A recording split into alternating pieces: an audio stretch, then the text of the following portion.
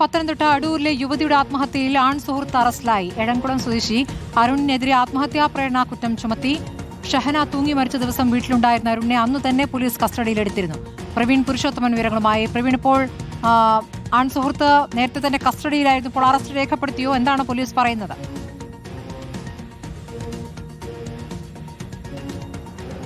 സ്മൃതി, അടൂർ പോലീസാണ് ഇപ്പോൾ ഈ പ്രതിയായിട്ടുള്ള ഏഴംകുളം സ്വദേശി അരുണിന്റെ അറസ്റ്റ് രേഖപ്പെടുത്തിയത്. 31-കാരിയായിട്ടുള്ള ഷഹനയെ അടൂരിലെ വീട്ടിലാണ് കഴിഞ്ഞ ദിവസം മരിച്ച നിലയിൽ കണ്ടെത്തിയത്. അവിടെ വാടകവും ഒപ്പം തന്നെ മറ്റു നാട്ടുകാരുമൊക്കെ വീട്ടിലേക്ക് പരിശോധന നടത്താൻ എത്തിയിരുന്നു. പരിശോധന നടത്തിയപ്പോഴാണ് വീടിന്റെ സ്റ്റെയർ കേസിൽ തൂങ്ങി മരിച്ച നിലയിൽ ഷഹനയെ കണ്ടത്. ഇതേ സമയം തന്നെ അരുണും ആ വീട്ടിൽ ഉണ്ടായിരുന്നു.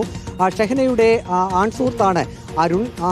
അവിടെ മിക്കവാറും അരുൺ വരാറുണ്ടെന്ന് സമീപവാസികൾ പറയുന്നുണ്ട്. അടൂർ പോലീസ് ഉടൻ തന്നെ സ്ഥലത്തേക്ക് എത്തുകയും ആ സംഭവ സ്ഥലത്ത് നിന്ന് തന്നെ അരുണിനെ കസ്റ്റഡിയിലെടുക്കുകയും ചെയ്തിരുന്നു. ഇന്നലെ ഷഹനയുടെ പോസ്റ്റ്മോർട്ടം നടപടിക്രമങ്ങൾ കോട്ടയം മെഡിക്കൽ കോളേജ് ആശുപത്രിയിൽ പൂർത്തിയായിരുന്നു.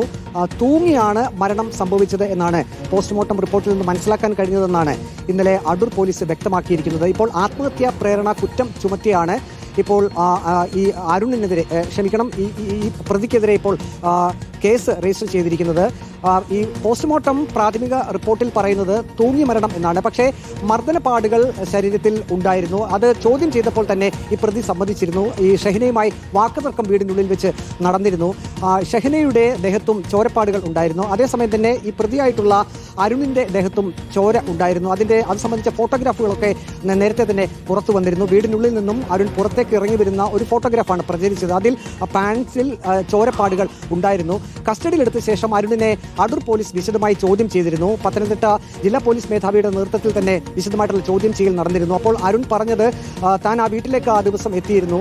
ചില തർക്കങ്ങൾ താനും ഷഹനയും തമ്മിൽ നടന്നു. അതിനുശേഷം മർദ്ദിക്കുന്ന ഒരു സാഹചര്യത്തിലേക്ക് കാര്യങ്ങൾ പോയി. പിന്നീട് അവർ ആത്മഹത്യ ചെയ്തു എന്നൊരു മൊഴിയാണ് ഈ അരുൺ പോലീസിന് നൽകിയിട്ടുള്ളത്. അതിന്റെ അടിസ്ഥാനത്തിൽ തന്നെയാണ് പിന്നീട് അന്വേഷണം നടത്തിയത്. ഏതായാലും പോസ്റ്റ്മോർട്ടം റിപ്പോർട്ടിന്റെ അടിസ്ഥാനത്തിലാണ് ആത്മഹത്യ എന്നുള്ള നിഗമനത്തിലേക്ക് പോലീസ് എത്തിയിട്ടുള്ളത്. പക്ഷേ ഷഹനയുടെ മാതാവ് ഇന്നലെ ആരോപിച്ചത് ഈ ആൺ സുഹൃത്തായിട്ടുള്ള അരുൺ തന്റെ മകളെ കൊലപ്പെടുത്തി എന്നുള്ളതാണ്. പക്ഷേ അത് സംബന്ധിച്ച് കൃത്യമായിട്ടുള്ള വിശദീകരണം പോലീസിന്റെ ഭാഗത്തു നിന്നും വന്നിട്ടില്ല. ഈ പോസ്റ്റ്മോർട്ടം റിപ്പോർട്ട് ആധികാരികമാക്കിയാണ് ആത്മഹത്യ എന്ന് തന്നെ പോലീസ് ഉറപ്പിക്കുന്നത്. പക്ഷേ കുടുംബം പറയുന്നത് ഇതൊരു കൊലപാതകം ആണ് എന്ന് തന്നെയാണ്.